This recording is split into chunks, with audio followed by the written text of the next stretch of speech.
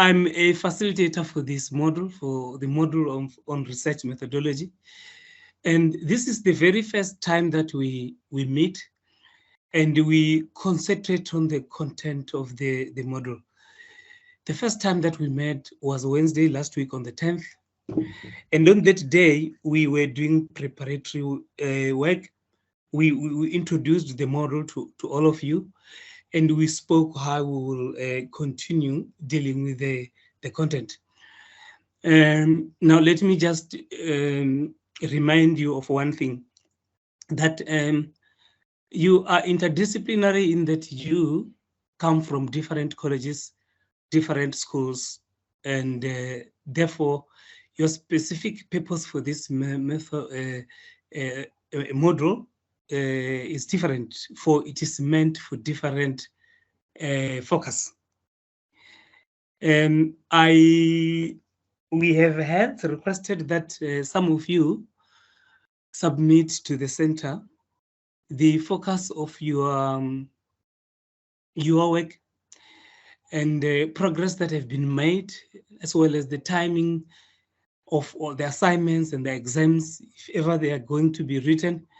And the reason for that was to ensure that our workshops and our interactive sessions are also logically following your programs. We have not received everything. I only have received one tutorials from one of the students. Therefore, the approach that we've adopted is that we will present research in its generic forms. And we believe that most of you would be able to customize it to your different situations. And I do believe that you've got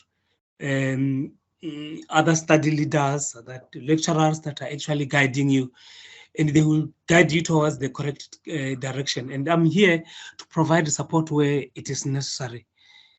And I've decided today that we would focus on the very, very initial stages of research, understanding research, where it comes from, where it goes.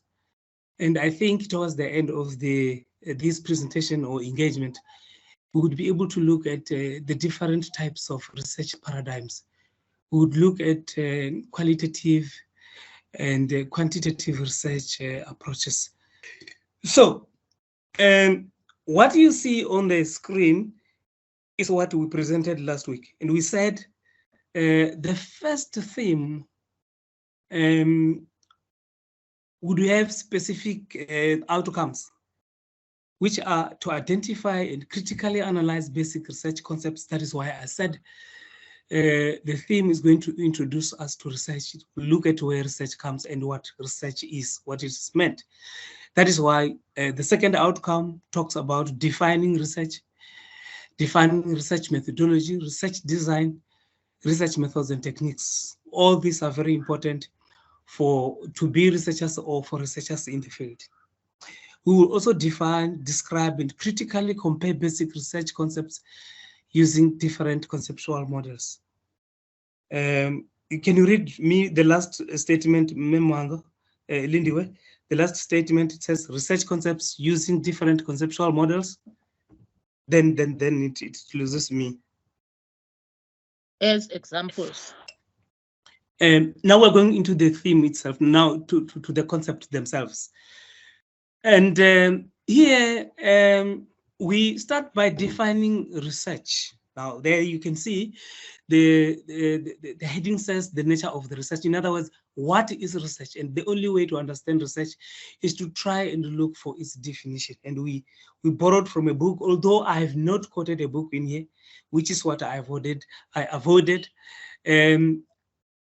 I've stolen from a book which says research is defined as a systematic process of inquiry aimed at obtaining accurate answers to significant and pertinent questions to increase the sum of human knowledge. Colleagues, after this definition, you will see next in the following slides that we shall try to unpack this definition, what it means.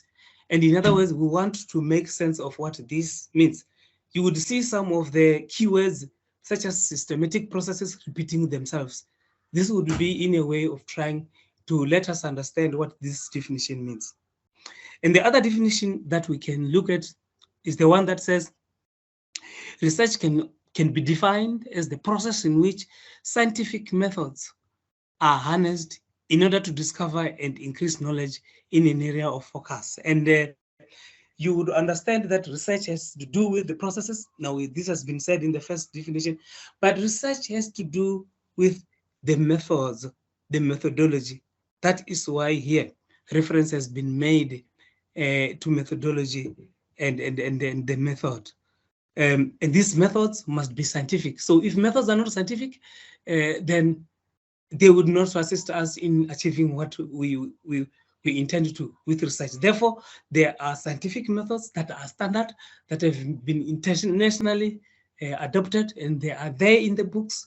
They are part and part of the theory, and this is what will always guide us as we continue with the research. Let's go to the next slides, ma'am. And here, these practical hints, I've just put them here, loaded them here, so that we can try to clarify what those two definitions mean and what they refer to. And the way I like is that we must try to find a way in which, in a layman's language, we make ourselves understand what research is, because that definition is very scientific, that definition is book-based, that definition is standardized, is theoretical, but I want us to understand what this means. And after reading all the statements that are coming in here, one should be able to, on himself, be able to say, I think research means 1, 2, 3, 4. And we're going to unpack by going through all the list of the statements that are put there as the hints. And I say, you have seen that research has to do with an inquiry. Now it says the inquiry process is carried out systematically in order to ensure that no facts or processes essential to arriving at conclusions will be observed.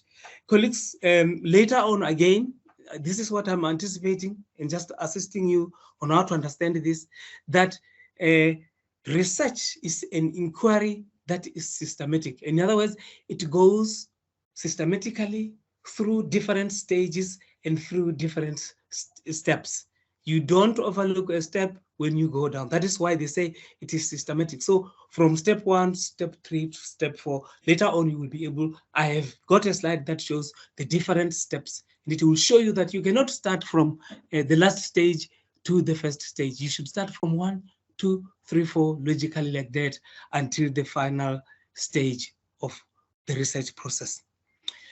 And the answers, the next one says, the answers are obtained by using the scientific method of gathering and interpreting information. This is what I said. Research has to do with methodology.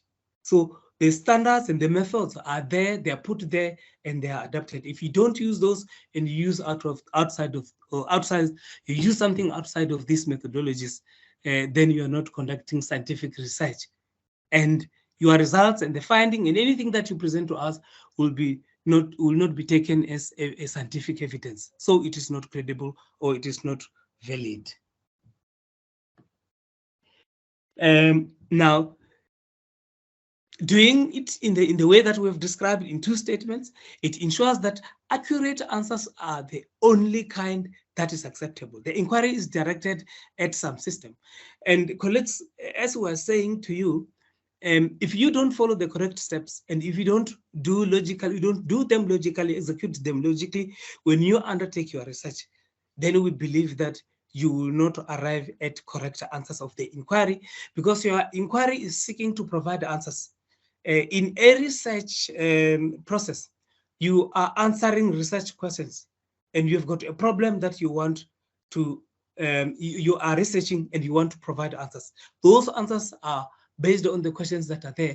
That is why in your research plan, you would even include research questions. So those questions would not have valid answers or accurate answers if the steps and stages are, are not correctly followed.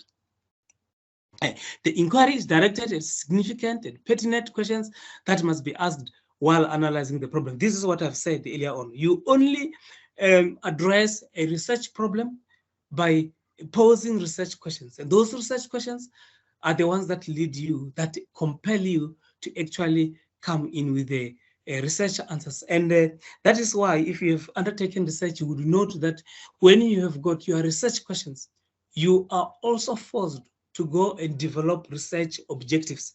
So your research objectives are a way in which you show how you are going to respond to the research questions. So all of these build into a response in terms of your research topic, in terms of the research problem that you intend to investigate. The inquiry has some objective and the purpose is to increase human knowledge. And this is the very purpose, a very important purpose of the research.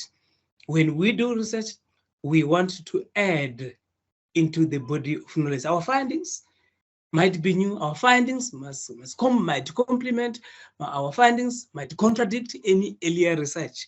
But in doing so, in coming with those as recommendations or as findings or as outcomes, we are increasing human knowledge, because every research has got findings. And we believe that if you don't bring in fresh new findings, there is no purpose for research. So this is important to understand, that your research must have something to contribute. Information collection alone is not research, and research does involve information collection. There is a difference between personal knowledge and collecting information. You must remember that information is not knowledge. We are saying the purpose is to increase human knowledge, not to increase information, because information is there as facts, as things that are there, but they do not, scientifically, they are not regarded as knowledge, because knowledge has got to conform and to comply with specific criteria. And later on, we will be able to show you the difference of scientific knowledge and common knowledge and non-scientific knowledge. So non-scientific knowledge is what we would not accept. So we are saying, oh, sorry, you're moving too fast, Lindy. I want to see if I've just read everything. There's a difference between personal knowledge and general knowledge. So personal knowledge is things that is known by an individual alone, but general knowledge is different. And I think scientific knowledge can be what we can say is general knowledge, because that will be validated by more than one person. And if it complies with the scientific process of knowledge gathering and generating it, analyzing it, and presenting it correctly in a scientific way, then it will become knowledge that is acceptable and credible. Next slide, Lindy Way. There may be a difference between information and knowledge. I've already said that research is not necessarily problem solving. And colleagues, I used to believe in the past that every research process should solve a true, correct social problem. And when I was going through literature, I noted that my belief was not was not true. Later on, you would see that we're going to make a distinction between, between applied research and pure research. And you would see that they show one that is there, which is specifically meant to solve the problem, and the one which is specifically there to add into the body of language and to contribute to theory generation.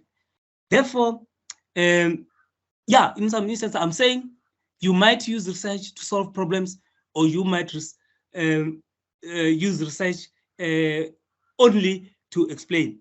But research problem is really the precise statement of what we wish to investigate. And I've said we investigate not only problems, we can investigate situations in order to explain it.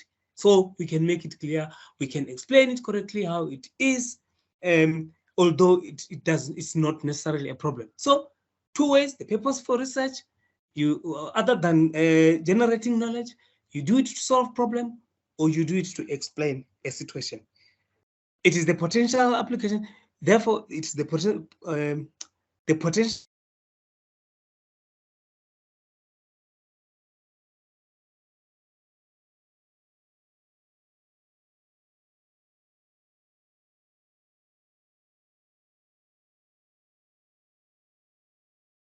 Tell you, sorry, I was nearly cut. They will show you that there is a very slight distinction. It's very difficult to make true distinction, because either of the two might contribute to problem solving or to explaining. So let's go to the next slide, please.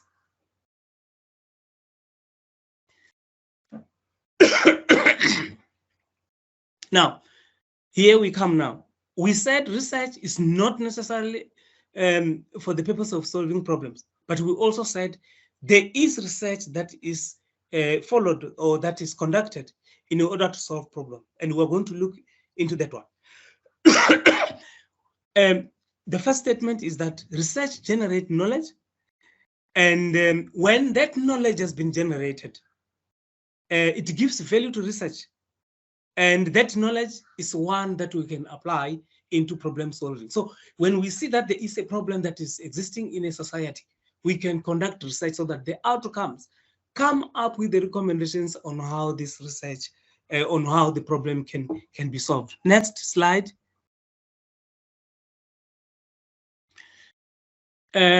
Now I'm going to make a distinction now here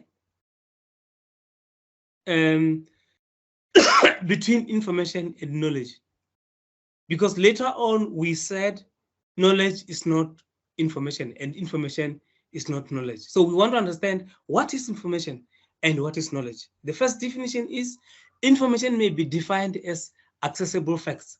And I've said it earlier on that facts might be there, but it doesn't mean that something that is fact is knowledge. And we later on said something about generalizing knowledge.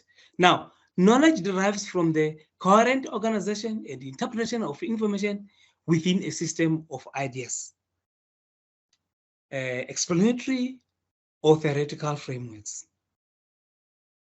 Now, look at what I comment below these statements. I say, whereas information may stand alone or as a single concept, knowledge requires the presence of at least two concepts. Can you read the last statement for me, Lindiwe? I commented. It says raw data can be perceived as facts, but analyzed data becomes knowledge. Yes. Now, why I said this is because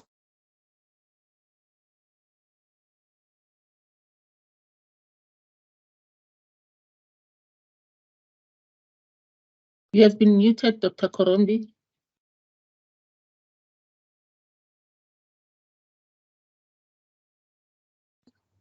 a distinction is the data that has been collected is not yet knowledge, but data that has been synthesized, that has been processed. You would remember that when you submit a research report, it goes into the supervisor or the study leader, and that the university must take this for external examination.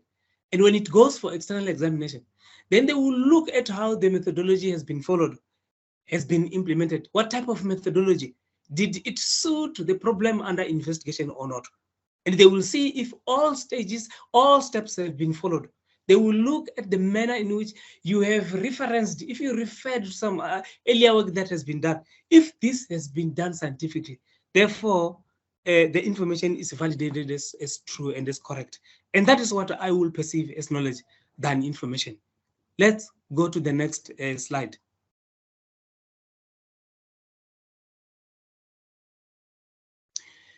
And I'm going straight now to talk about social research. Colleagues, the process that we're talking about now here is going to be a social research process. And I want to say to you that I take note that there is natural science research, natural research. There is also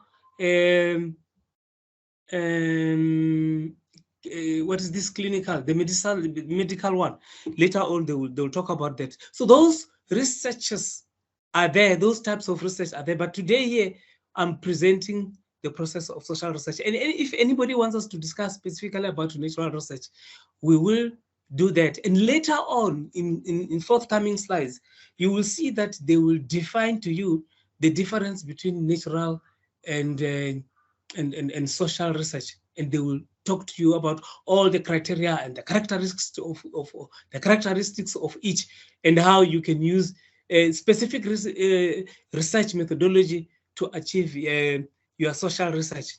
So let me not confuse you further, but let me be guided by the slides. In these slides, before defining social research, we need to have a broader definition of science or scientific knowledge. So we'll get into that and see, so that as a basis, so that we can understand what we consider as science and what we consider as something that is not scientific. Okay, one way of defining scientific knowledge then is to look at the key features of it, and the key features are here that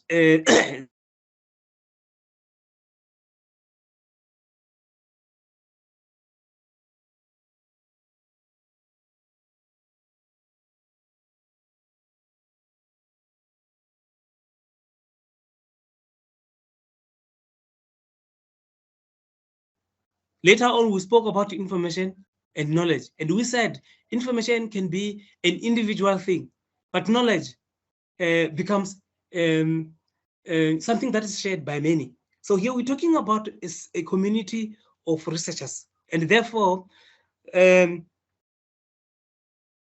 scientific knowledge should be shared and be accepted. In other words, it should have been verified, it should have been validated by the scientific community. That is the reason why here we talk about the scientific process of research. Can you read the last statement for me, Lindelwa? It says, scientific knowledge is the outcome of rigorous, methodical, and systematic inquiry, as opposed to the haphazard way in which ordinary knowledge is acquired. Yes, therefore, if I can take you back to the definition of of research, it has to do with procedures and the various stages which I referred to you, and that I said it is a process. Therefore, it means research is the one that can contribute to scientific knowledge. And remember, we said the outcomes and the findings of scientific research contributes to the body of knowledge. Therefore, it is something that is accepted and has been adopted by the scientific community. We continue here with the features of the scientific knowledge that science rejects the value and the importance of any personal authority. Remember, we spoke about information as something that is personal. Now here we're saying we reject personal authority perspective. The only authority that is accepted is the authority of the evidence. And that evidence is what is tested and what is acceptable and that is been validated and which is also authenticated by the scientific community. Science is not based on taking second-hand sources at face value, but is inherently skeptical. Colleagues, in science, in research, you would read reports that are written by other people, you read books that are written by other people on the subject of inquiry, and the mere quotation of what they've written does not mean that that is scientific work. Scientific work means that you analyze, you must scrutinize, you don't just accept as it is. So you must validate why you think the earlier statements by an earlier researcher or an author of a specific book is acceptable. And this is when you demonstrate that you indeed have followed scientific methods and it has assisted you to arrive at that conclusion of supporting an earlier notion about a specific author or a specific researcher. It questions all claims, irrespective of the authority and the origin, until they have been tested. This is what we've been saying, and we've been repeatedly emphasizing. Furthermore, stood the test of time. It means your research, your work, scientific knowledge should stand the test of time. Therefore, we are going to say, if you undertake a research project, it should be tested and it should be able to stand. Then the scientific community will continue to test it from time to time. Colleagues, these four statements emphasize that this is now a summary of what we were saying. All those features that we're reading up there as features that characterize scientific research or scientific knowledge. It is summarized there to say the four statements emphasize the scientific knowledge. We have said that it is inherently collaborative in nature, in that it is not only belonging to one person. And I'm repeating this time and again to ensure that everybody should understand that personal knowledge is not scientific. And it is based on rigorous and methodological inquiry. We said research process is a process that follows specific stages, and that is the methodology. And specific stages as dictated by the research methods, the research methodology, and the techniques, as well as the tools that are used in collecting data and interpreting data and communicating and presenting all the research. And that it is evidence-based. You cannot just, by mere fact of mentioning something, you would just think that it is scientific. And inherently skeptical, because it treats all knowledge claims to be provisional until it is tested, until it is validated by the community of science.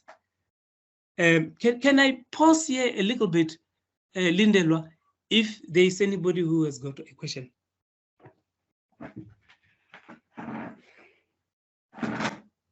Colleagues, this is the opportunity. Lindelwa, if these people have got questions, let me give them an opportunity to pose before we can go further.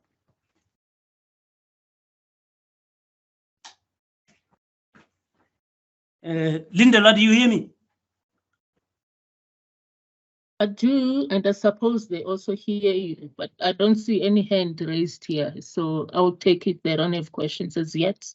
Let me also say that if they have got questions, there is nothing wrong in them raising hands while I'm talking, because I must not just flow alone. And I also want them to benefit from engaging with me, apart from engaging with it. This presentation is from a book, and they're still going to read, and they might have read. If they've got other perspectives, they must share with me. They must tell me, no, their understanding is that, or we don't understand it this way, we see it this way. In that way, I think they will assist me to also assist them. Okay, let's continue with social research now, because there is no hand which is raised. Social scientists as opposed to natural and health scientists. This is the word that I was looking at. I said apart from social science, there is natural science. Apart from social scientists, there are natural scientists and there are health scientists. Now, they conduct research in order to seek answers and understand the social world. These are the social scientists. Now, you see, the natural scientists would conduct research in order to understand the natural environment, to understand how nature works. And the health scientists, colleagues, you would remember that we had COVID, and there were a lot of studies commissioned by all governments internationally in the world. They were actually trying to investigate the behavior of COVID-19, the virus, the coronavirus. The coronavirus. You had the Omicron and many more others. Those that could mutate, those that could change in form, and those that could adapt. So they study these.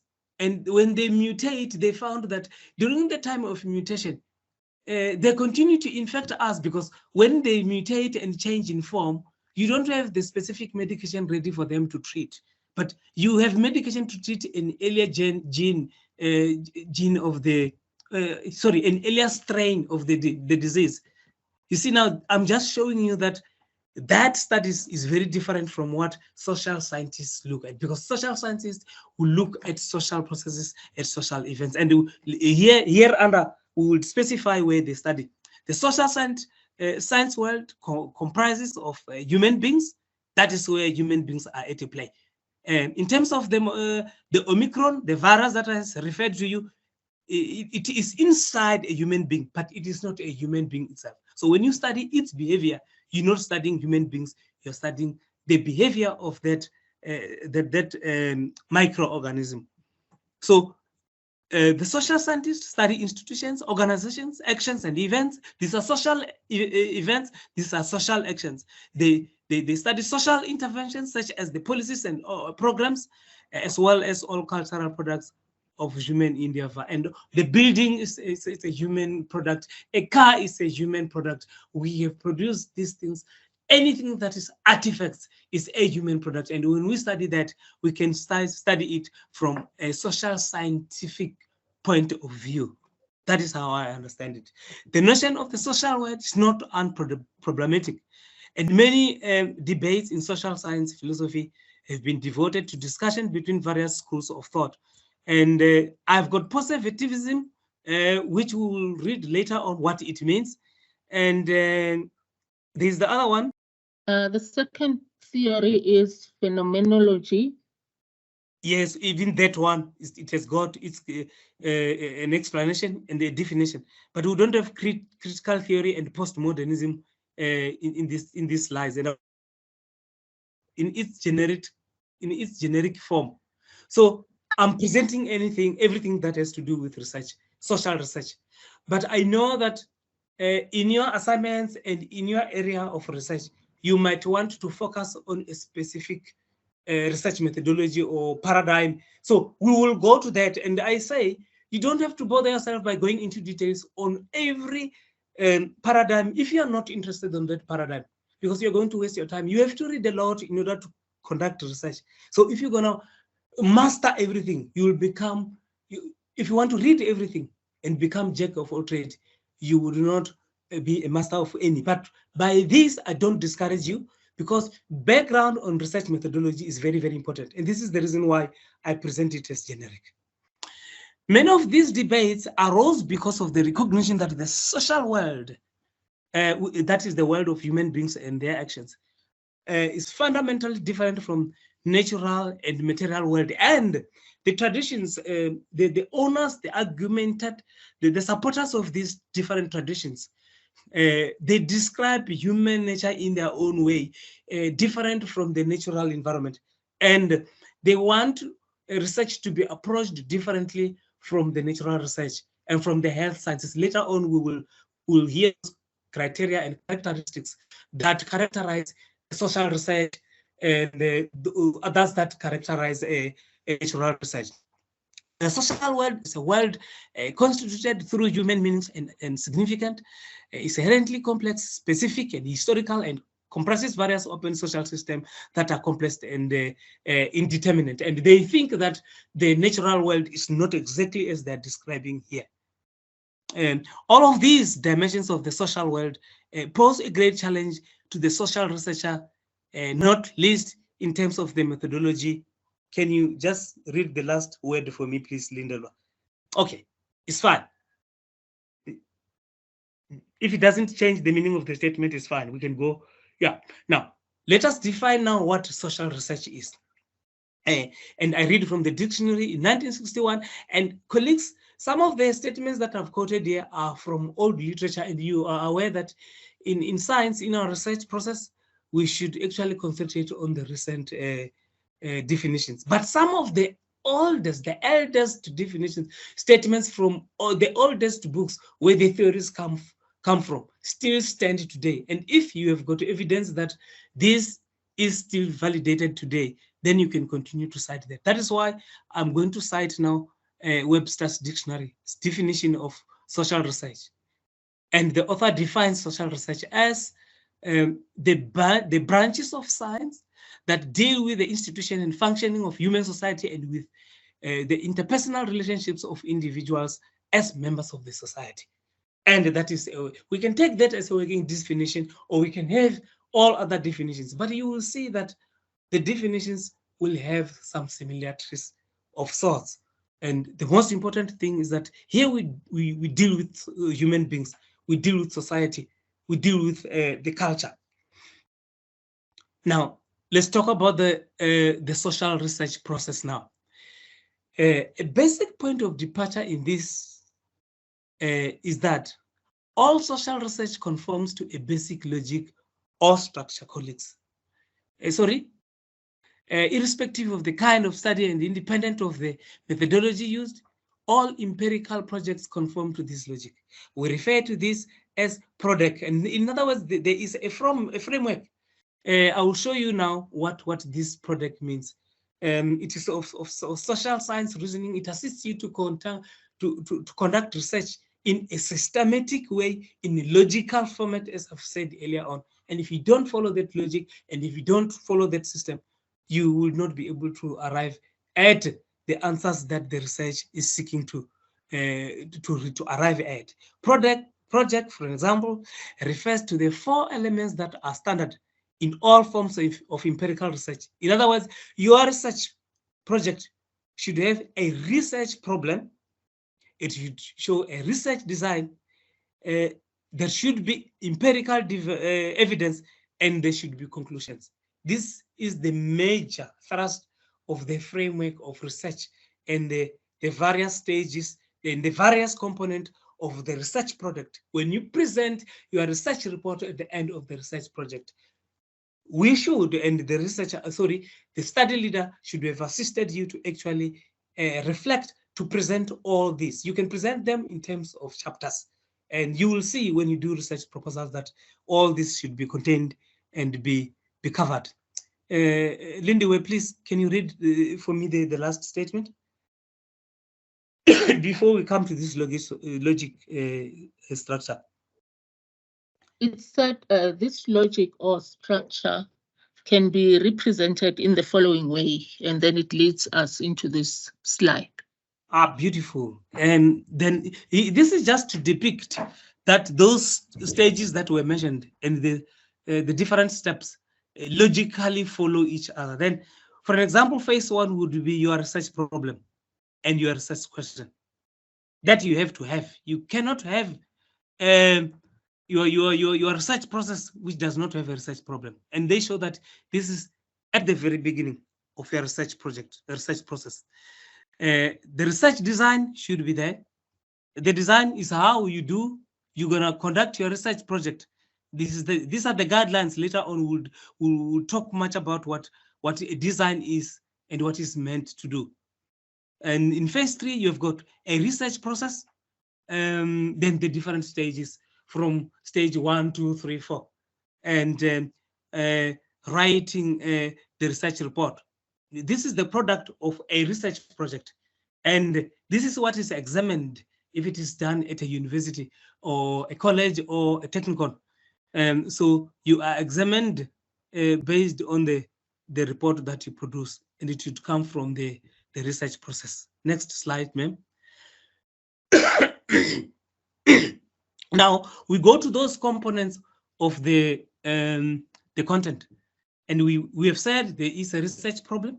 And what is that thing? We're going to do it now. I'm not going to labor on this. I'll read fast so that if you have got questions, you can raise, you can stop me, because this is very, very clear. It includes selecting a topic for research. Everybody knows that they must select a topic for research, and you define the problem based on the topic that you have identified. The identification of a problem, the problem is, a problem statement. This is mainly what we're focusing on now. Formulating the research problem. Yes, you must formulate that one. It should be there, but it should be written. You must indicate what the problem is, or you must show to us what you're going to examine. What are you going to investigate? An explanation of what you're going to do. And acquiring knowledge on current theories and research in the form of a literature. You read what other people have done, what has been done in terms of the problem or the topic to date, what is yet to be done. In other words, what are the gaps that are there? And this will justify the reason why a person should conduct a research. If there is if there's no gap that you're going to close, therefore you're not going to contribute to the body of knowledge. We said earlier on that research should have a purpose, and the purpose is to contribute to the body of knowledge. And the body of knowledge is there only in terms of closing the gap. You close the gap because you are showing earlier researchers never researched and delved in this area of research. So I'm going to research, and I justify that my proposal be approved. So the study leader will facilitate approval of the research project, and then you identify and label variables. What are those variables under examination? You define concepts and establish operational definitions. I've just said there in the top, we're defining what social research is, and therefore, if we adapt that, I see there is a hand from Tembi. Can I pause? Thank you, Doctor. I just want to find out, where is the research statement coming in here? Because it's a problem, and then after problem, you say we identify the problem, and then we formulate the research problem. Then we acquire knowledge, and then where is the research statement coming in? And why do we have research statement when we have a problem, when we have identified the problem and acquire knowledge on the problem?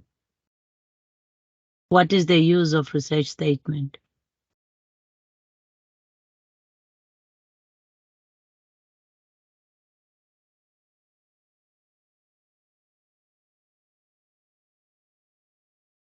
Sorry, I was cut.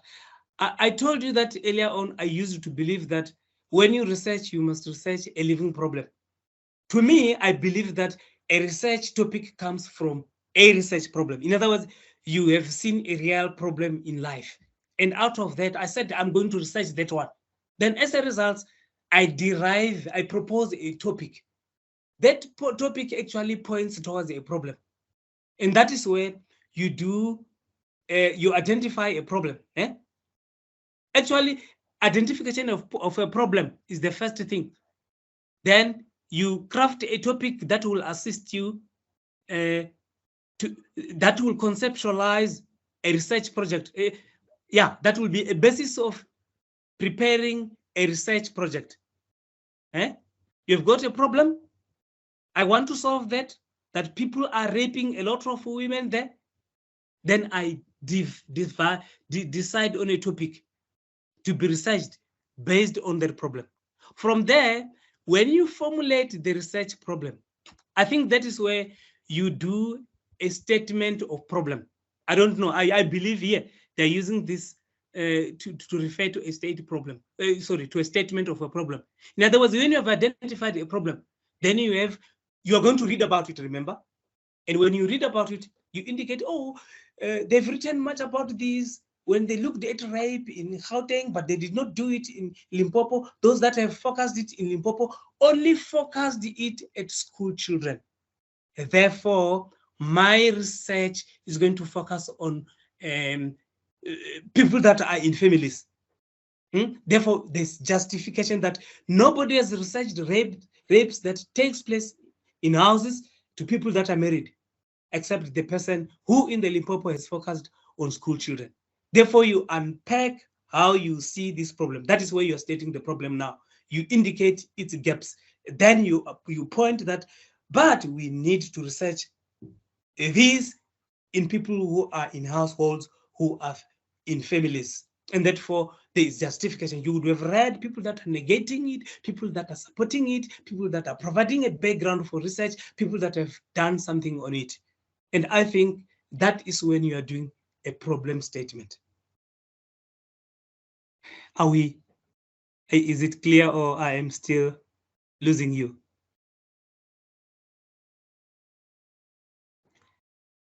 I'm clear. Thank you, Doctor. Yes, the other thing that you can do talk to me outside, and you would ask me a lot of questions why I'm saying it the way I'm saying. Then I will present examples of some of the work that I've done. No, but I got it. I got it. The way you have explained it, that like if you have a problem and then you go deeper into the problem. So then it's where the statement coming in. It's when you go deeper into the problem. Thank you. When you go deeper, you are using literature that you are reading. Yes. And the theories that are there, that is where number 4 comes in to support you there now. You define concepts and establish operational definitions. This I've already said. You develop and formulate hypotheses if you are interested on that. Can I tell you something? I have never proven any hypothesis correct or wrong, because I never used hypothesis. And I don't say hypothesis is not important. You would see in another theme, when we go, I don't know if it is this theme 4 or theme 3, I noted that they spoke about hypothesis. Then we will have something to do with hypothesis if there are people who are interested on that and they want to prove that. Next slide, please.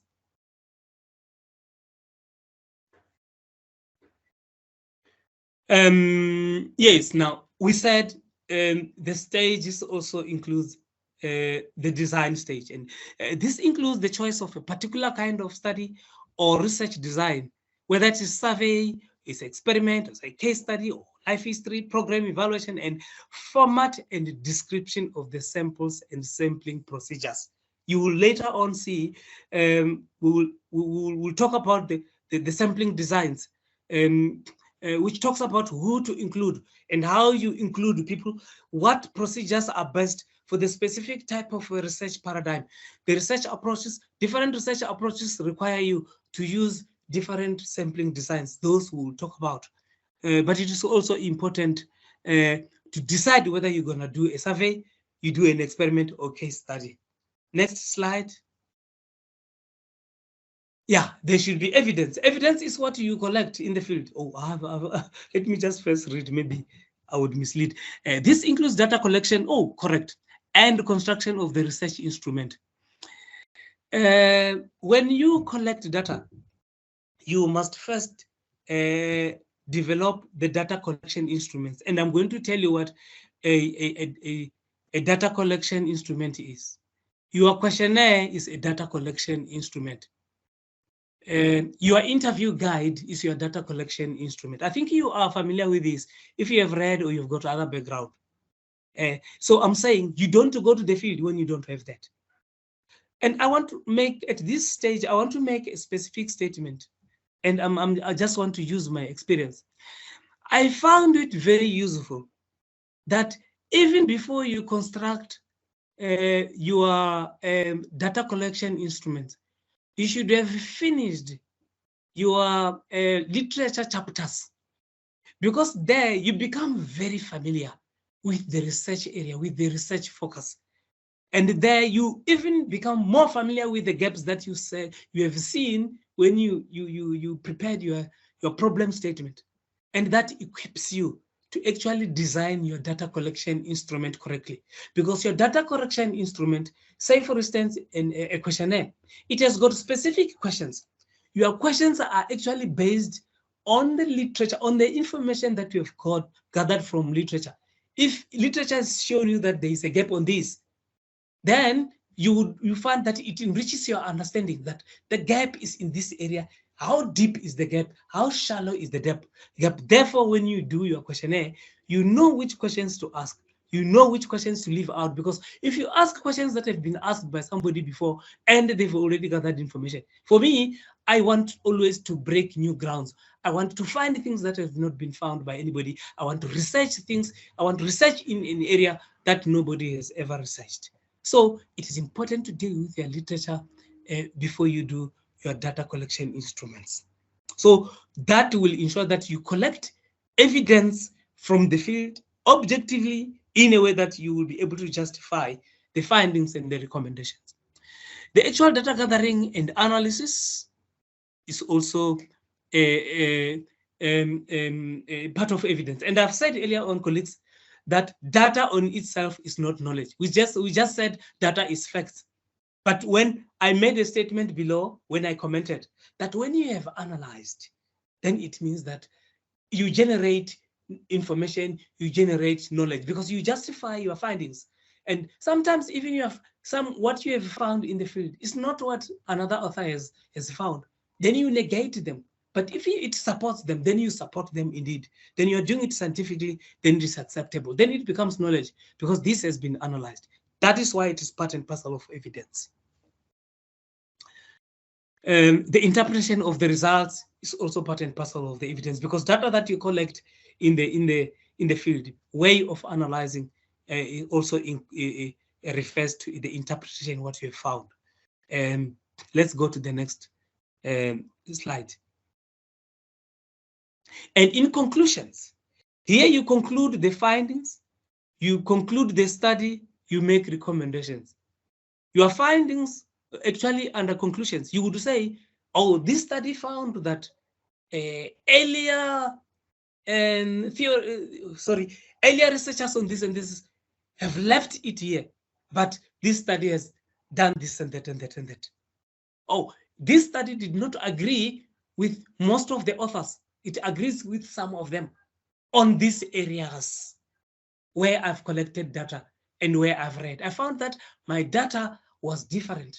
And when I analyze it, it indeed tells me that author number 3 or author number 4, I cannot agree with him. So this is where you do your final statements. This is what I found. This is what I've presented. And I'm saying this as a way forward, and I recommend that this be studied further, and I recommend that the Department of Social Welfare do something about raping. They must either educate students or educate females who are in households that are married, or they must always equip them more or make them activists. So this is part and what you can recommend. And believe you me, some of the studies are implemented. And remember earlier on, we said some studies are actually undertaken to solve a problem. So if you want to assist government in solving the raping problem, then you would do it as applied studies. And therefore, your studies is geared at solving the current problem. But the other one, which is pure research, the recommendations can be implemented in future. Next slide. We have just finalized now the structure and the framework of research, looking at the different stages and what they entail. Now we come to what is considered as non-scientific and what can be considered as scientific knowledge. And we start by looking at sources of non-scientific knowledge.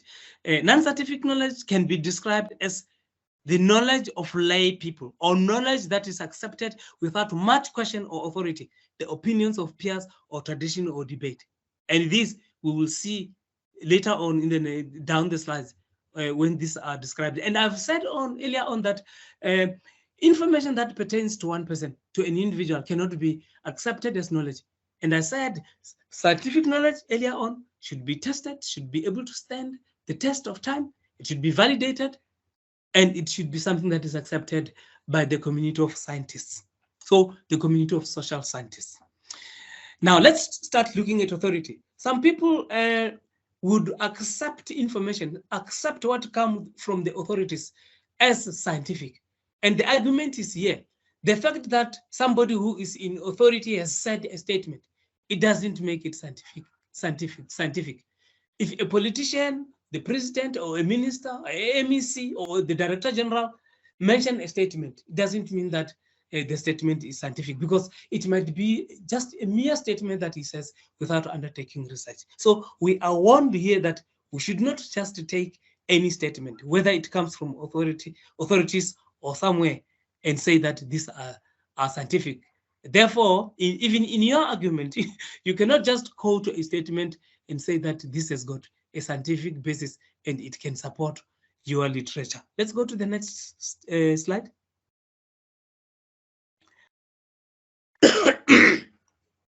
Another source of non-scientific knowledge is opinion of peers. Often the opinions of peers, rather than proven expertise, are sought. So this can also not be construed as scientific knowledge. Even tradition. Objective scientific knowledge talks at knowledge accepted at the basis of the tradition. I cannot read this. But I'm saying the fact that something was practiced in the past and it moves on to until today does not mean that it is scientific. We have already said that scientific facts, scientific knowledge is something that must be tested. Can you read me the last statement, Lindelwa?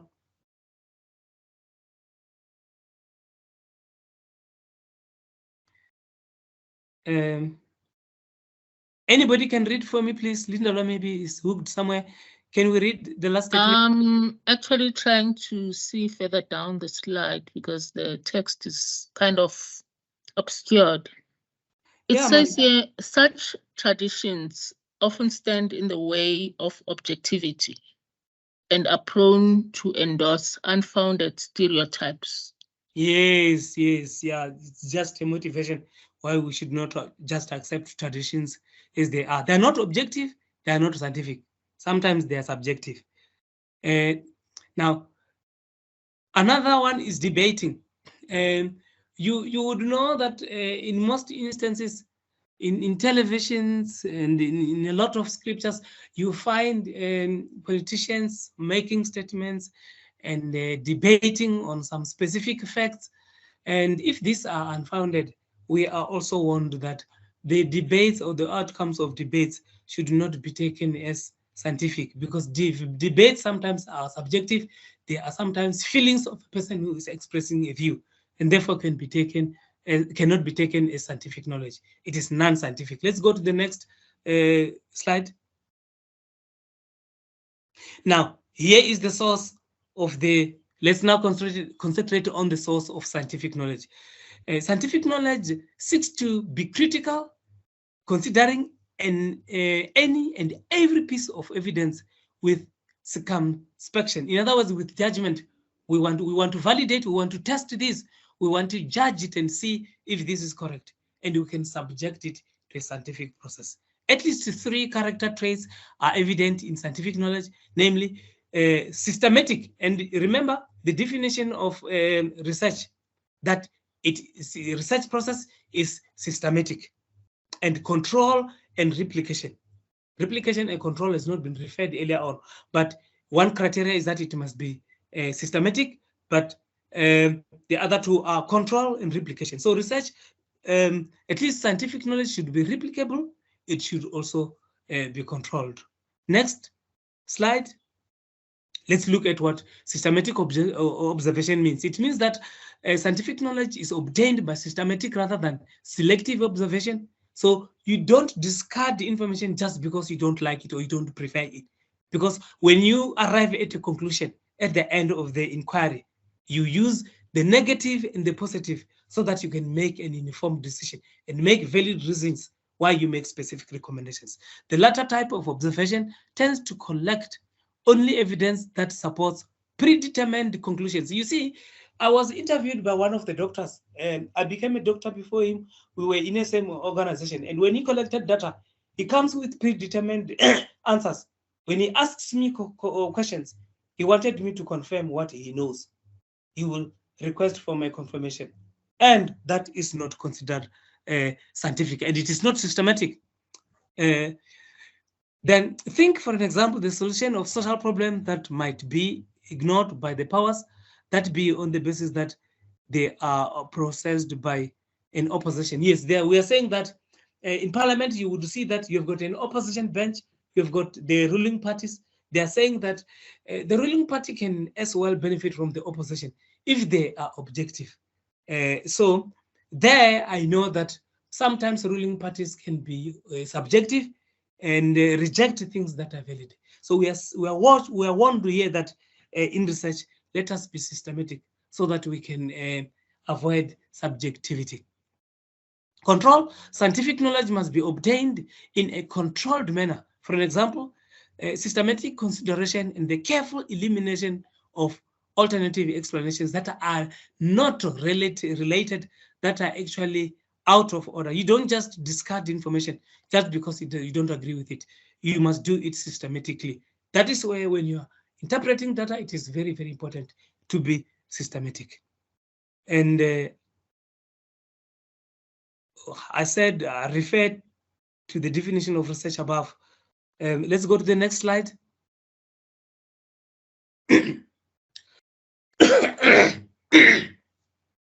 And we also said scientific knowledge should be replicable.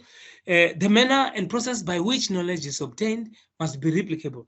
This implies that this means that should other researchers utilize the same methods and procedures under other but similar circumstances and independently of the original researchers, the same results should be obtained. This is very, very clear.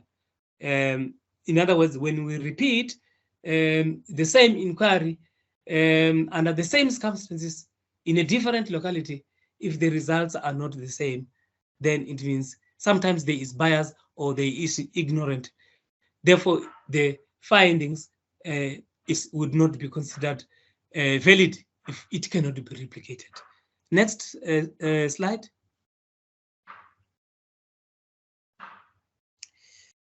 And now we go back to the subject of what is applied and what is a pure research. And we're going to make true distinction in here.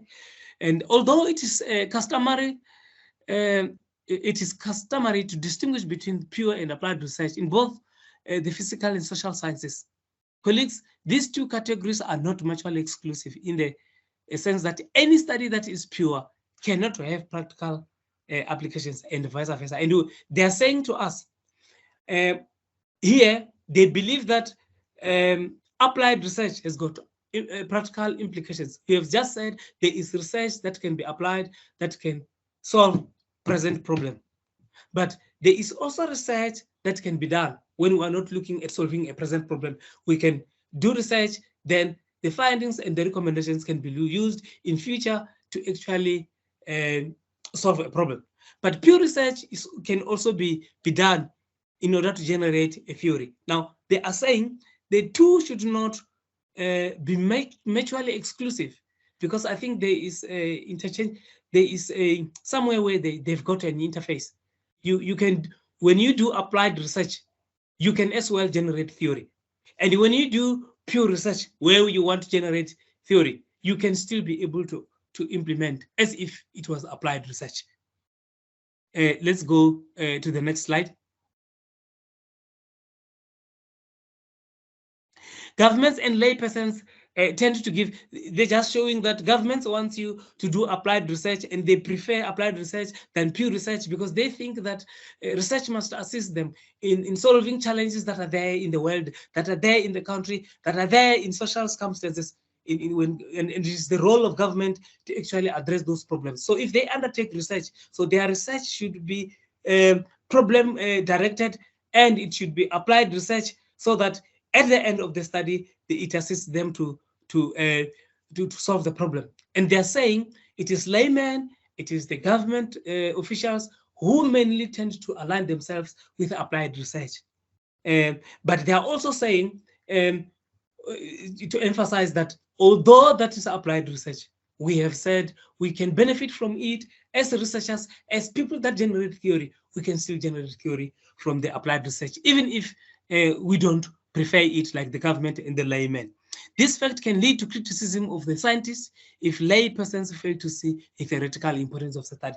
This is just to say that government does not see the importance of the theoretical study, but we know that theoretical studies also contribute to applied research and to solving present problems.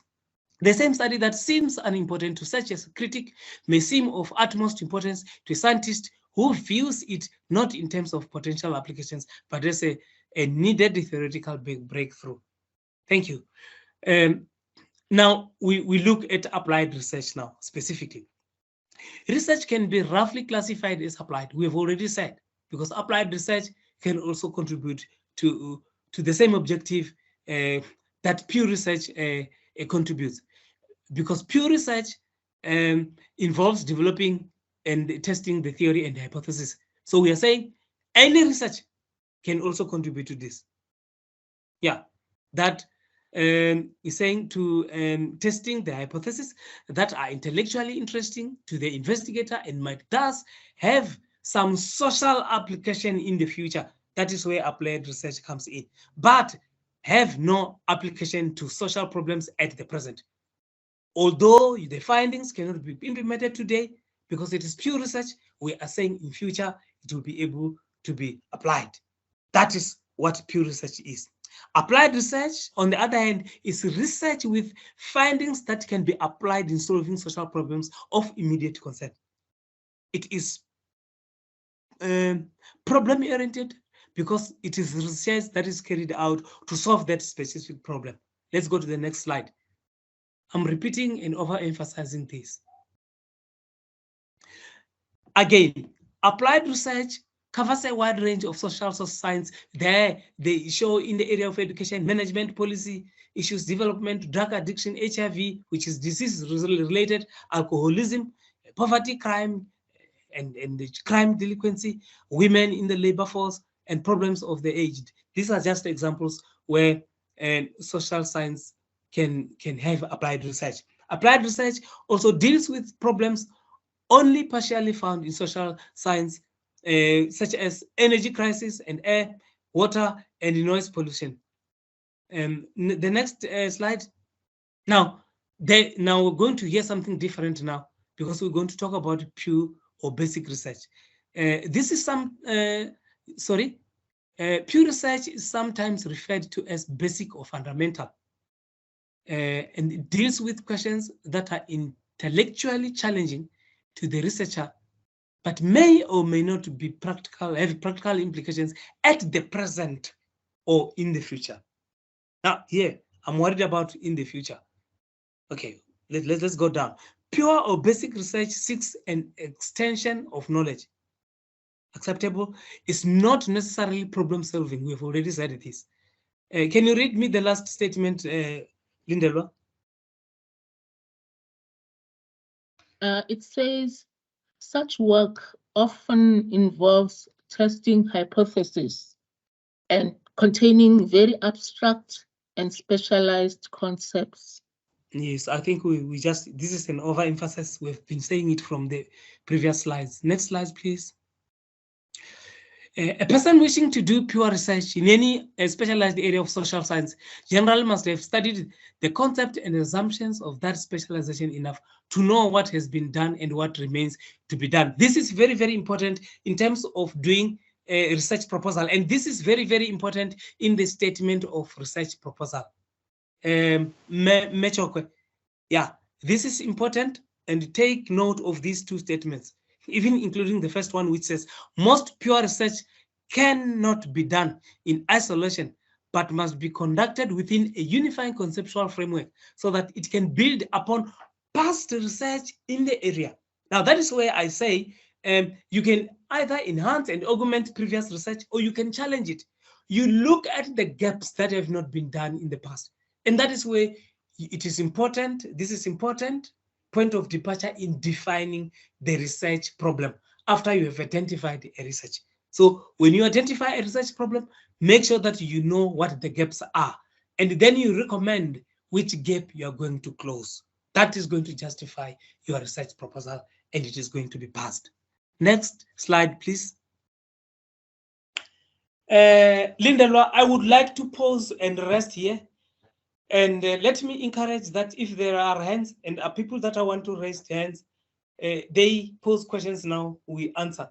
And I just want us to take 10 minutes break. Is that in order? Dr. Korombi, may I also point out that our session today is 2 hours. So we should be ending at 7. So I don't know if we still need the 10 minutes break or.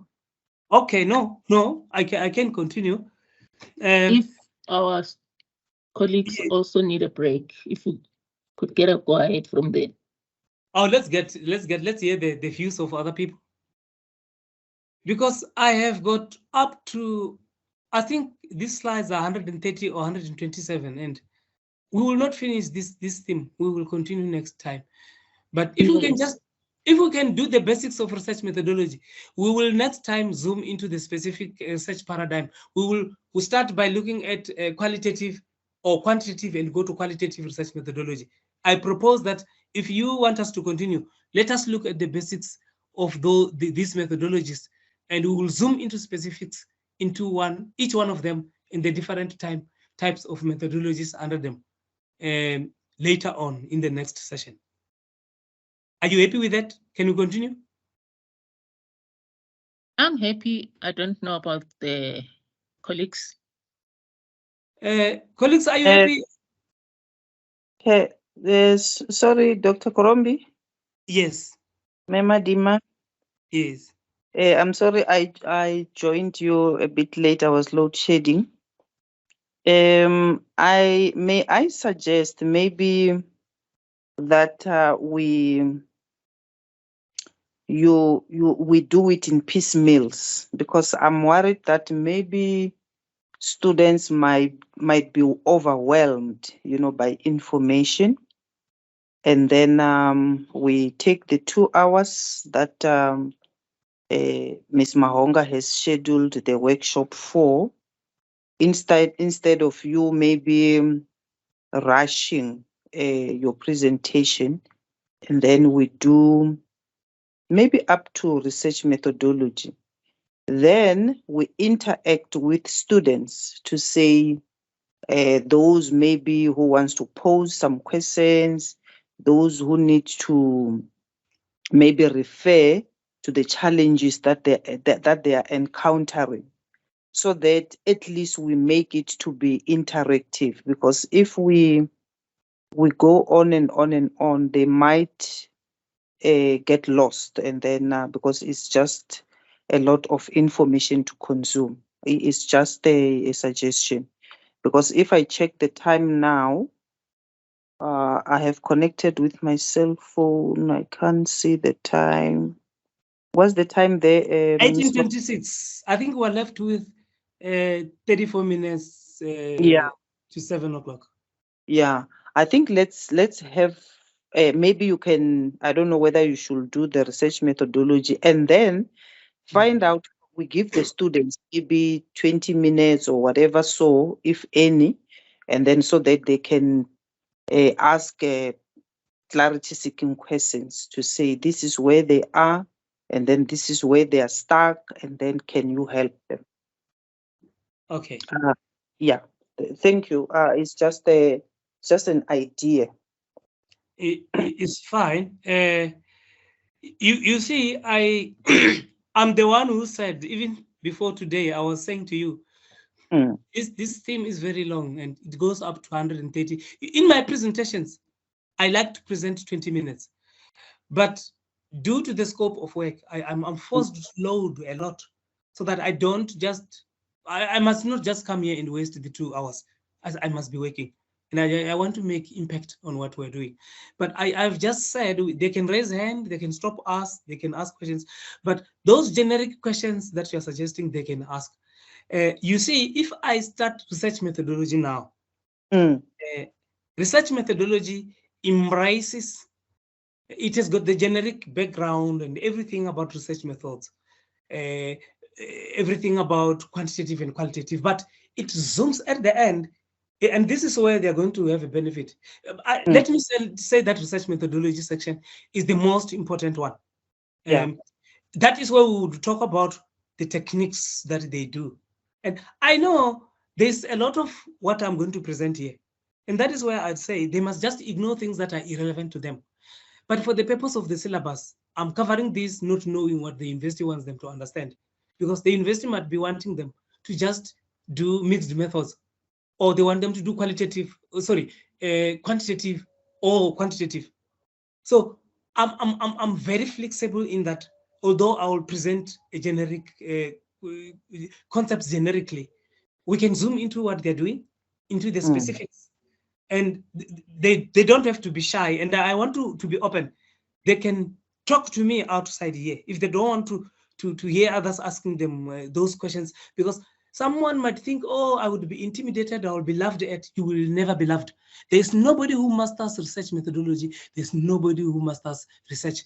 I interact with professors. They themselves, they don't know what I know. I'm not a professor. They don't know what I know. I don't know what they know. Nobody knows what somebody knows. It depends on where you have specialized.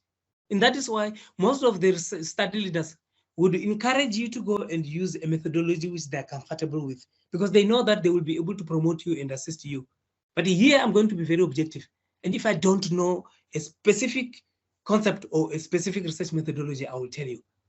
And I will tell you the best research methods that will facilitate your passing, the best research methodologies that will not give you a headache.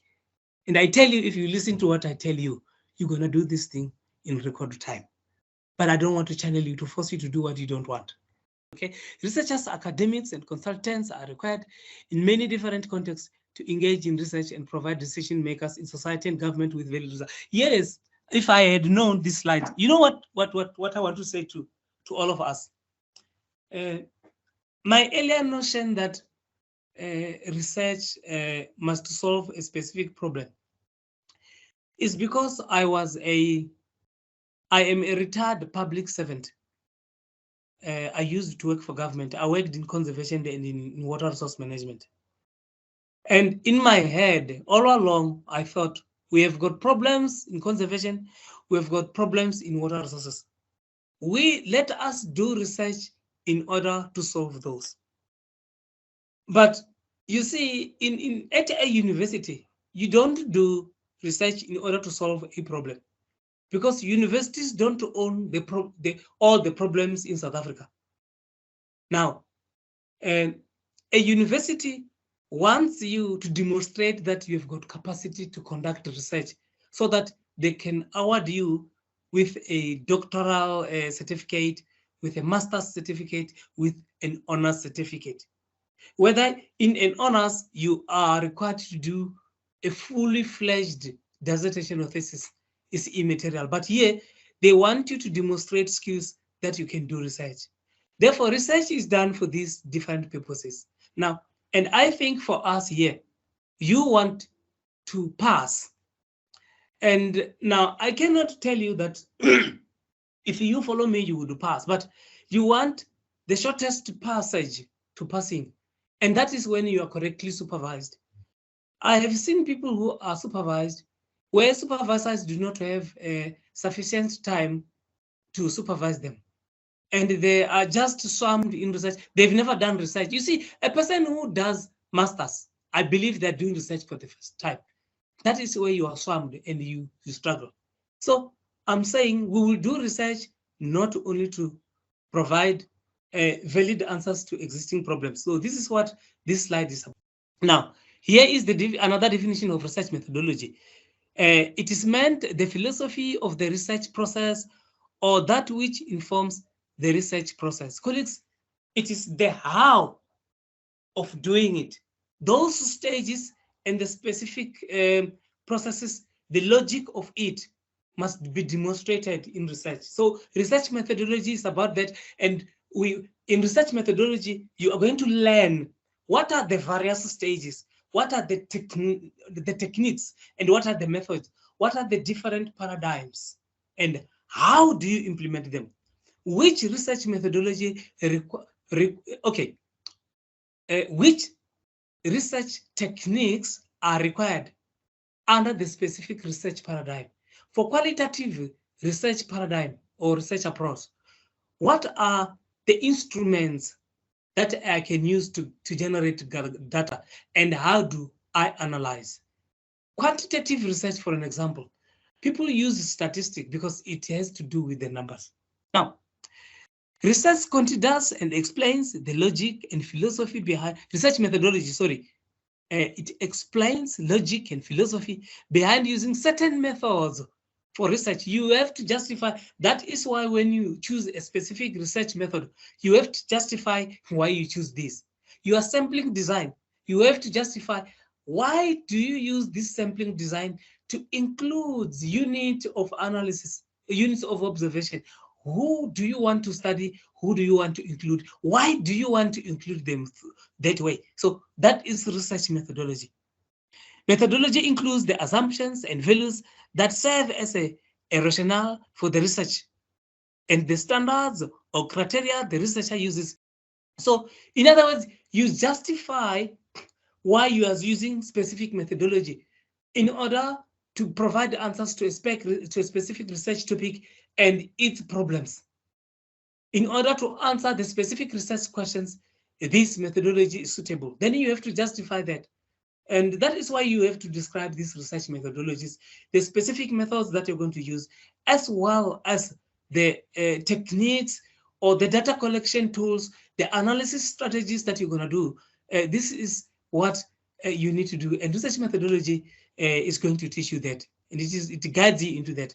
And I do believe you have got specific guidelines, and you've got specific references or articles that the university has uploaded into the system so that you can access, you read about research methodology, the different types of data collection tools, the ways in which you need to analyze data.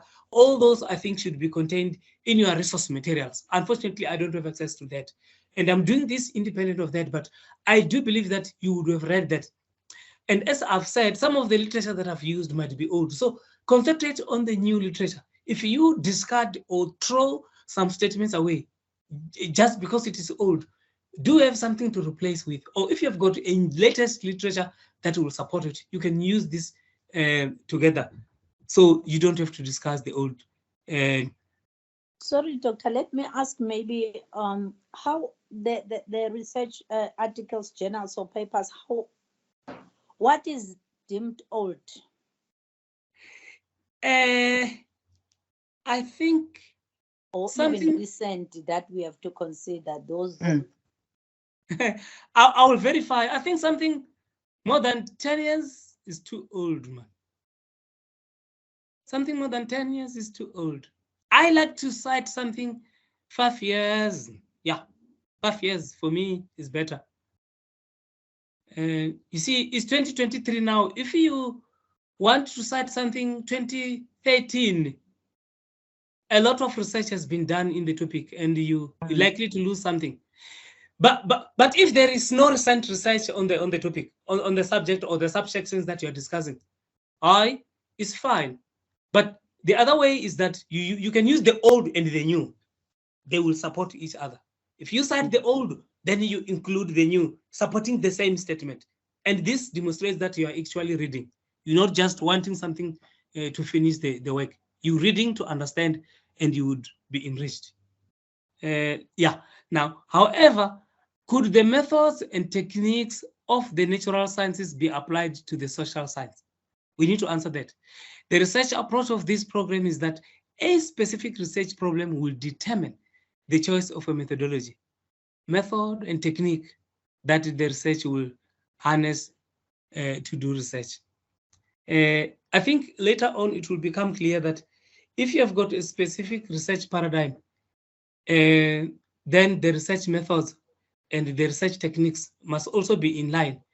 And your research methodology must assist you to actually respond to the research problem and the research topic that you have. It is so that many researchers feel intellectually committed to a particular research methodology. This is what I was saying, that you see a person like me is very comfortable with qualitative research methods, but I cannot force you to do that.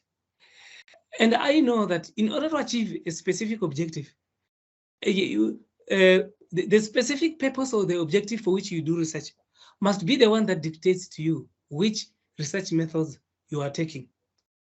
And I would be very open if I were to promote a person like that and I'm not comfortable with the research methods. I would request that a co-promoter be a person who is familiar with the quantitative research methods so that we can jointly do that together. I know that when I started doing research, I didn't even know what a survey is. I didn't know what a qualitative research method is. I didn't even know what is quantitative. But my research instrument was a questionnaire. And in a questionnaire, I had open-ended questions and I had closed questions. And I had questions that wanted me to do calculations, to do numbers. Although I did not use statistical calculations, I used a calculator. I added, I subtracted, I multiplied in order to get answers. And I justified responses, and it assisted me to make recommendations and to make insight of what the findings are. That is when I was doing data analysis. So I'm saying this is, it was a mixture. I think mine was a mixture. It was a mixed research method. I mixed quantitative research and qualitative research because it was a survey. And I know that I did face-to-face interviews. What I'm saying to you is, to know what you are researching and to know what is suitable instrument to do research is very, very important. And you don't have to be pushed by a supervisor or a study leader to learn towards a specific research method. And I think, yeah, that is what it is, so that you can achieve what you want. Let us go to the next one. And colleagues, these research methods are said to be different, but there are similarities, colleagues. And that is why when you use mixed methods, you have got an opportunity of getting advantages from quantitative methods and from qualitative methods. Then when you mix the two, they augment each other. Then you maximize on the output. Then you benefit more than when you are using one. That is what the previous statement is also saying. The scope of research methodology is wider than that of method. Now, they're trying to show you the difference of the concepts now. we've got the concept which says research design. We'll look at it later on. We'll look at what research methods are. We'll also look at what research techniques are. Now, let's start with the research techniques. No, let's talk about the methodology. They say the methodology is wider than that of a method. Colleagues, when you read books, and later on in my presentation, sorry, let's go back. I'm going to demonstrate to you what research methods are. And I'm going to show you that the research methods fall under an umbrella concept of research methodology. But inside each of the research methods, you have got techniques. And then we would even show you that a group of research techniques can be used if you are using a specific research method and between qualitative and quantitative. Simply put, a research design, now here is a research design. This is a plan, this is a roadmap, and it allows you to test the validity of your hypothesis or answer to your questions, taking into account the factors that you believe might affect the relationship between dependent and independent variables. We must read this concept very, very carefully, because sometimes we will even fail to understand what a design is. And in the way that some research methods books are written, you might find that you struggle to understand what a research design is. Now here, for practical purposes, I have put statements that describe to you what a research design is. Now, the key word, one of the key words that I've identified while I was preparing this presentation is that it is a plan and it is a roadmap. Later on in the next slide, let's just go to the next slide. Somebody would say it is a guideline. Therefore, it guides you. You do it. Therefore, if it is a guideline to me, you see, read the first statement there. It says a research design is basically a set of guidelines. So in your plan, you've got guidelines that are guiding you on how to undertake research. And I'm going to put this statement, and I'm saying it's my own interpretation. I did not see it written somewhere. And I equated a research design with a research proposal. Don't take it as the truth until you research it. And I request all of us to go and research so that we can find what is the difference between a research proposal and a research design. The way I read here, I hear that a research design is a plan. So in a research proposal, I put everything how I will do my research. And I even put time frames. So I even say I will use this type of research methodology. I will analyze my result in this way. So I think those are the guidelines according to me. But if you've got another understanding, please hold on to your understanding. But if you buy into this, go and read and explore more until you are convinced. If you're not convinced, don't use it, because this is an independent interpretation. It's not written anywhere by anybody. It's just the way I read concepts, because they're confusing. But these guidelines, which are in the design and instructions, you see now they're introducing instructions. At first they said a plan. Now they say it is guidelines and instructions. They should be followed when addressing this research problem. You see, that is why I equate it with the research proposal. Is because a research proposal guides you what you will do.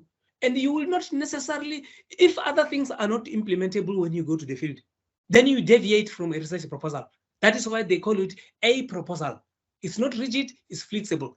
In social research process, when something is not implementable in the field, it is flexible. You can change and you can be adaptive, and then follow a strategy that you can justify it is scientific. And when you do your research report, you're going to indicate, oh, I have done this in a proposal.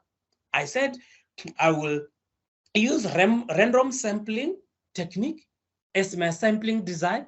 But when I went to the field, I found that the houses that I was sampling were not in a row. So I could not follow my earlier proposal or my earlier guidelines, that when I've sampled subject A, I skip to 2 subjects and I go to the third one. Then I could not do it in the field because in rural villages, houses are not in line. They are scattered around. Therefore, I adopted a different strategy so that I can sample these houses even if they are scattered. Then you must justify that it was not, you still followed random sampling. And this is scientifically implemented. This, what I'm telling you, is what I did in my first research, and it was not thrown away. I just passed. So I'm just showing you why I think a research design is equivalent or is similar to a research proposal. But if you don't believe me, go and read and come with a valid discussion. A research design is also different from research methodology. There you are. In the sense that research methodology refers to methods. So a research design is not a method. Research methodology has got methods in it, it has got techniques in it, and it has got procedures that are employed in the process of research. You see now, here they're defining research methodology for you, but also at the same time assisting you to make a distinction between the research design and the research methodology. So if you find something that has got methods, something that has got techniques, and something that has got procedures, they term it research. It's encompassed in research methodology. Let us go to the next slide, please. We will later on see what procedures are, and later on see what data collection techniques are. And we'll even specify what a method is. Which method do we talk about? We'll see that later on in the next slides. Whereas some research designs are specific. Some are detailed and they've specifically formulated decision steps. Others tend to be more flexible, semi-structures, and open-ended. So something that is flexible can be changed. I said a research proposal can be changed when you go to the field.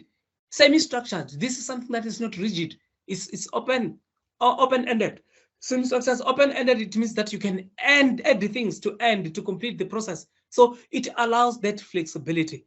So that is a research design. Some of them are said not to be detailed. Some are also said to be detailed. Therefore, a research design consists of a clear, now further explanation of what a research design is. It is a clear statement of problem. You see now, it means a statement of problem is inside the design. It's part and parcel of the design, as well as plans. You see, plans for collecting data and plans for processing. It means the techniques, the methods, the data collection instruments, data analysis instruments, all of them are part and parcel of these designs. And the methods are also inside the design. So a design is a bigger picture, it's something bigger than a research methodology. While the details would vary based on what is to be studied, 2 major tasks would be faced in a research design. One, firstly, the research design must specify as clearly as possible what is it you want to find out. You see now, there, that is where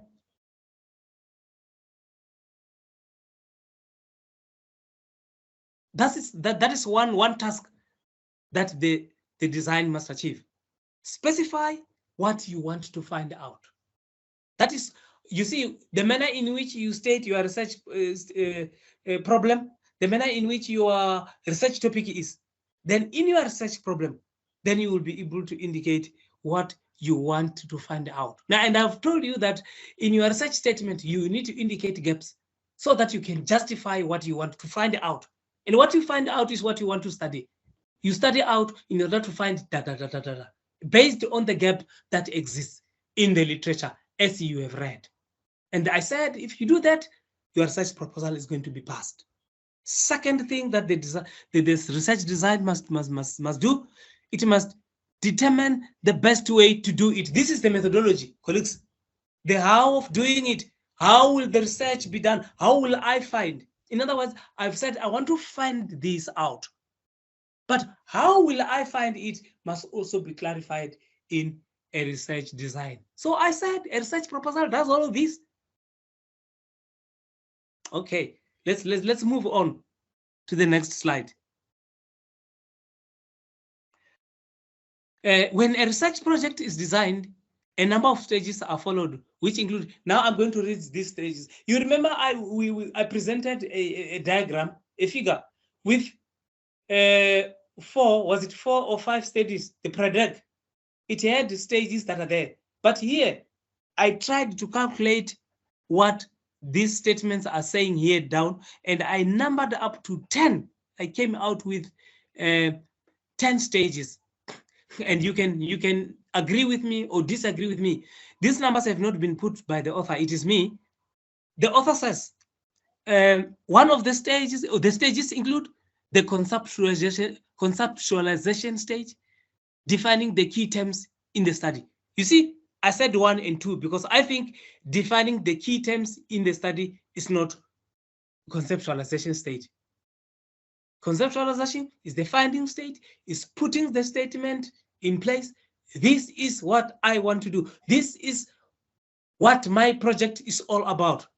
This is how I will do it. Then you define key terms in the study. And in this study, rape means forcing a person to engage in a marital relationship that we did not agree. That is my definition. So I must define what I mean by rape, and I must define what I mean by a female who is in the household. I must define what is meant by man, and I must define what is meant by everything. All the key terminologies that I think are crucial must be defined in the in the design in your project. Then the other one, choosing the research methods on how to do it. We have said it earlier on, and the design also does. As said, it must have that. Making use of questionnaires or interviews. Now those are the techniques that these are the data. These are the data collection instruments. Yes, yeah, they are the techniques that we use to collect data. So in other words, it's showing you more things that must be there. Yeah, in your research project. The research project can operationalize or create concrete measurement techniques. How will you measure the specific things? If measurements have to be done, this must be specified in a research project. And I don't see the last statement here. Can someone read it for me, Lindelwa? Assist to read statement number 4, and I think it has got a technique number 6. Population and sampling, or making decisions about what and who to study. This is the sampling design, which I said must be there in a research design. So it means your research project actually is based on your research design. Then you need to include these things. Whether you do it in details or superficially is another matter. Let's go to the next slide, Lindelwa.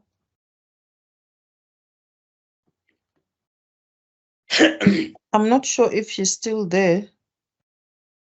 Yeah, Lily? I think, and we are over time now. It's 19:06. Yeah, actually, Maybe. I wanted you to complete this 10. This will be the last slide where you Yes. are giving them the. Yeah, after this, after you finish discussing 7, 8, 9, 10, Yes. then we will stop. All right. Okay. When a research, okay, your research project should also show observations and collecting the empirical data. How will you collect data? Now, this is the data collection strategies or instruments. We have said we can use questionnaires, we can use interview guides, and any other tool that is available there. Data processing, encoding the answers to questionnaires. This is data analysis now, how data will be analyzed so that answers can be derived. This is where you have collected data. Colleagues, when you analyze your data, you also make reference to literature. You are aware of that. So you just collect data, you don't just dump it there and say you have analyzed. What is the meaning? What is the implication of that statement? What is the reasoning behind that statement? Does that statement support any of the earlier notion by any other literature? Does it support any theory by any theoretician who is an authority on the subject or not? So this is analysis. So you would be analyzing things that have come from your questionnaires, and you also you will draw conclusions. These are the chapters that we said will be there. You remember?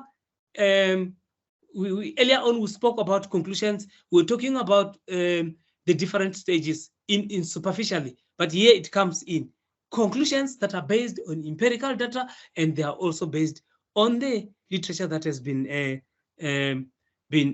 studied. And finally, you must be able to communicate the findings. Communicating the findings, you do it in presentations. You see what I'm doing now. I'm communicating something to you. You can communicate your findings to the stakeholders that participated, or to your employer who has given you a bursary, or anybody, any company that has given you sponsorship so that you conduct research. If you're a government employee, you present the finding back, then they can even allow you to implement, or the government will adapt your findings and you implement.